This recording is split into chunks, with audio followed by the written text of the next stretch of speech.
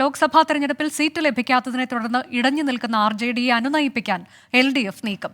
RJD സംസ്ഥാന അധ്യക്ഷൻ ശ്രേയാംസ് കുമാറുമായി LDF കൺവീനർ EP ജയരാജൻ ചർച്ച നടത്തി. ബോർഡ് കോർപ്പറേഷൻ സ്ഥാനങ്ങൾ രാജിവെക്കുമെന്ന RJDയുടെ നിലപാട് പിൻവലിക്കാൻ ചർച്ചയിൽ ധാരണയായി. വിശദമായ ഉഭയകക്ഷി ചർച്ച നടത്താനും തീരുമാനമായി. ദീപക് ധർമ്മടം വിവരങ്ങളുമായി. ദീപക്, ബോർഡ് കോർപ്പറേഷൻ സ്ഥാനങ്ങളിൽ നിന്നുള്ള രാജി അത് പിൻവലിക്കാം എന്നുള്ളത് ഈ ചർച്ചയിലുണ്ടായ തീരുമാനമാണോ? മറ്റൊന്ന്, സീറ്റ് വേണം എന്നുള്ളത് പണ്ട് 2019 സംസ്ഥാന നേതൃത്വം നൽകിയ ഉറപ്പാണ് എന്നതാണ് വർഗീസ് ജോർജ് പറഞ്ഞിട്ടുള്ളത്. അപ്പോൾ അത് പക്ഷേ EP ജയരാജൻ നിഷേധിക്കുകയും ചെയ്തിട്ടുണ്ട്. സീറ്റ് നൽകാനുള്ള എന്തെങ്കിലും സാധ്യതയുണ്ടോ?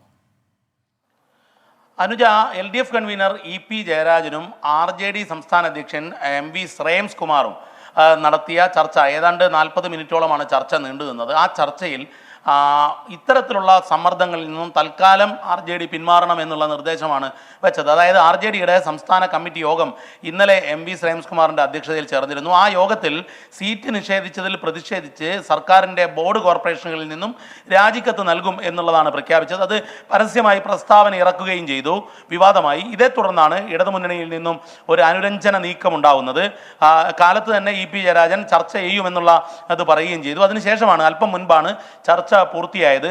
ശ്രേയാംസ് കുമാറും EP ജയരാജനുമായിരുന്നു ചർച്ചയിലുണ്ടായിരുന്നത്. അതിൽ രണ്ട് കാര്യങ്ങൾ ധാരണയിലായി. ഒന്ന്, ഇപ്പോൾ ഈ ലോക്സഭാ തെരഞ്ഞെടുപ്പിൽ ഒരു സീറ്റ് നൽകുക എന്നുള്ളത് പ്രായോഗികമല്ല. പക്ഷേ എന്നാൽ അതേ സമയത്ത് തന്നെ വിശദമായ ഒരു ചർച്ചയ്ക്ക് വേണ്ടി, അതായത് ദേവസ്വം ബോർഡ് ഉൾപ്പെടെയുള്ള കാര്യങ്ങളിൽ നേരത്തെ ഉണ്ടായിരുന്ന അംഗത്വം നൽകാൻ RJDക്ക് സാധിച്ചിട്ടില്ല. ഇതുപോലുള്ള നിരവധി പ്രശ്നങ്ങൾ RJDയുടെ മുൻപിലുണ്ട്. RJDയേക്കാൾ ശക്തി തുലവും കുറഞ്ഞ മറ്റ് ഘടകകക്ഷികൾക്ക് മന്ത്രിസ്ഥാനം നൽകിയത് ഉൾപ്പെടെയുള്ള കാര്യങ്ങളുണ്ട്. മാത്രമല്ല RJDയുടെ പ്രതിനിധിയായുള്ള മന്ത്രി MLAക്ക് മന്ത്രിസ്ഥാനം നൽകിയില്ല എന്നുള്ള പരാതിയുണ്ട്.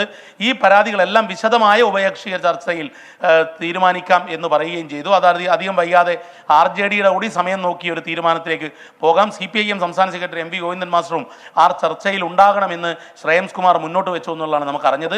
അത് EP ജയരാജൻ അംഗീകരിച്ചു. CPMന്റെ പ്രധാന നേതാക്കളുമായി RJDയുടെ ചർച്ച വൈകാതെ ഉണ്ടാകും. ഇത്തരം ഒരു ധാരണയുടെ അടിസ്ഥാനത്തിലാണ് ഈ ബോർഡ് കോർപ്പറേഷൻ പദവികൾ രാജിവെക്കുന്നത്.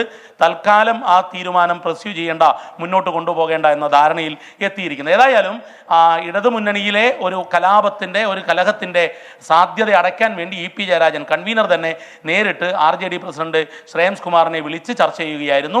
AKG സെന്ററിൽ വെച്ചായിരുന്നു 40 മിനിറ്റോളം നീണ്ട ചർച്ച നടന്നത്. അനുജ, ശരി.